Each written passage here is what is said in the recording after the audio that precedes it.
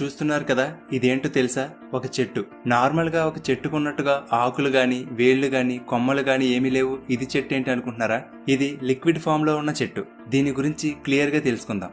గ్రామాలలో అయితే ఎక్కడ పడితే అక్కడ చెట్లుంటాయి. కానీ సిటీలలో ఎక్కడ చూసినా పెద్ద పెద్ద బిల్డింగ్స్, రోడ్లు తప్పితే చెట్లుండవు. చెట్లు పెంచడానికి సరైన ప్లేస్ ఉండదు, సాయిల్ ఉండదు. కాబట్టి సిటీలలో గాలిలోని పొల్యూషన్ పెరిగిపోవడం వల్ల అది మన క్వాలిటీ ఆఫ్ లైఫ్ ని ఇంపాక్ట్ చేస్తుంది.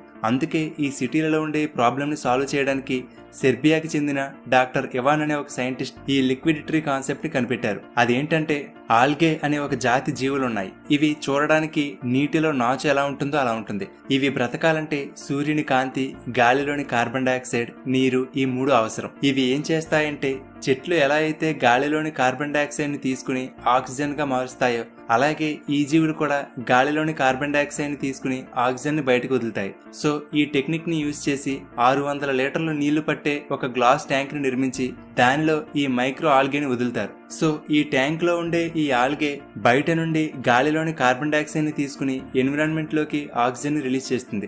20 సంవత్సరాలు ఉన్న ఒక చెట్టు ఎంత ఆక్సిజన్ ని రిలీజ్ చేస్తుందో జస్ట్ ఒక బెంచ్ సైజులో ఉండే ఈ చిన్న లిక్విడ్ ట్రీ అంత ఆక్సిజన్ ని రిలీజ్ చేస్తుంది.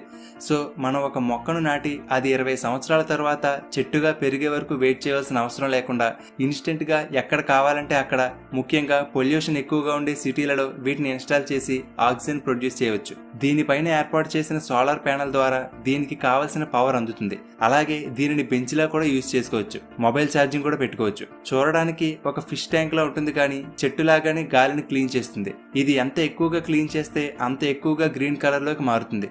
అంతేకాదు దీనిలో పెరిగిన ఆల్గేని పొలాలకు ఎరువుగా యూజ్ చేసుకోవచ్చు. ప్రస్తుతానికి వీటిని సెర్బియా దేశంలోని బెల్గ్రేడ్ అనే నగరంలో ఏర్పాటు చేశారు. త్వరలోనే ప్రపంచమంతటా రావాలని కోరుకుందాం.